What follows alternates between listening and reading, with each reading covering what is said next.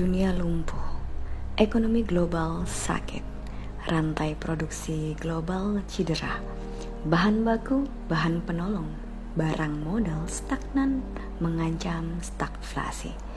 Mental manusia ternoda, semua sektor bermasalah. Virus corona bukan hanya merenggut ribuan nyawa, tetapi juga mengubah tata cara kehidupan manusia di seluruh dunia, mulai dari interaksi sesama manusia sampai dengan membuat kesadaran bertuhan. Karena sadar nyatanya manusia lemah, sehingga butuh Tuhan, butuh tempat meminta dengan yang maha kuat. Dunia gaduh dengan sebuah mikroorganisme patogen yang tak tahu apa-apa, COVID-19 yang tiba-tiba tercipta karena kesalahan manusia sendiri dengan cara hidup yang ngawur, memakan yang diharamkan.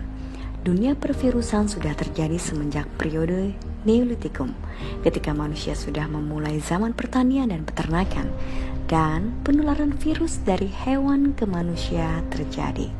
Lalu, jika virus tak terhentikan terjadi di seluruh wilayah, maka terjadilah pandemik sampai kita melakukan percepatan menemukan pengobatannya. Kesombongan diruntuhkan seketika dengan sangat mudah. Premis yang sangat menarik, satu dunia begitu mudah dihancurkan dengan mikroorganisme berukuran mikro atau nanomikro. Lalu, bagaimana jika yang maha besar menghancurkanmu? Sampai di sini belum paham maksud dan tujuan COVID-19? Kau bisa melihat sesuatu berada di sebuah tim yang mana ketika melihat dampaknya mengarah kemana. COVID-19 hanya makhluk yang ditugasi untuk meruntuhkan kesombongan dan mengembalikan manusia pada titik nol, lalu kembali kepada Tuhannya. Dunia diistirahatkan sejenak agar berpikir bahwa dunia hanya sementara. Lalu ini yang kau banggakan, yang kau miliki hanya Allah. Lalu kau merasa memiliki yang lain, kau diminta memikirkan kembali tentang tujuan besarmu. Jika nyatanya dunia saja sangat lemah untuk dihancurkan, belum lagi langit digulung dan matahari diruntuhkan. Dampak COVID-19 sebagai kau melihat Al-Quran sedang berbicara dalam Kejadian. Lalu kini kau seolah tersenyum, merasa kau sedang menerima maksud dari Tuhanmu. COVID-19 mengembalikanmu pada Allah. Lalu kau anggap dia musuh. Satu-satunya yang menyebabkanmu menganggap dia musuh adalah cinta dunia dan takut mati. Jadi hanya segini kekuatan imanmu. Orang bertakwa terjamin dari bentuk kekhawatiran dan kecemasan bentuk apapun.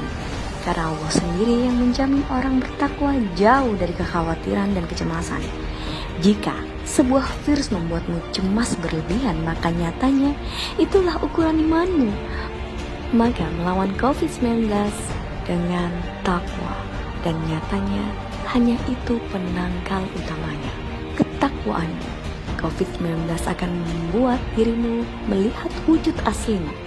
Apa ideologimu? Ideologi kita yang sesungguhnya adalah mencari keridhaan Allah.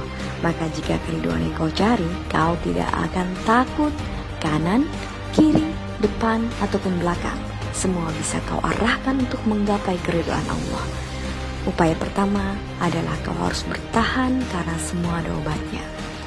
Ketika itu Umar bin Khattab berdiskusi dengan para sahabat atas wabah yang terjadi kepada gubernur Syam, Abu Ubaidah bin Al-Jarrah. Maka menjauhi tempat wabah adalah ikhtiar paling cerdas. Kita tidak sedang lari dari takdir Allah, namun kita berikhtiar karena ini alternatif pertama, yaitu perang melawan COVID-19. Hentikan penularan, maka isolasi dan karantina adalah logika termudah. Lockdown untuk sementara waktu sampai selesai masa lelah sebuah virus dan ditemukan pengobatannya. Karena itu satu-satunya yang memutuskan mata rantai api virus. Tidak ada yang ditularkan, karena terhenti mata rantai penularan virus dari interaksi dalam jumlah luas.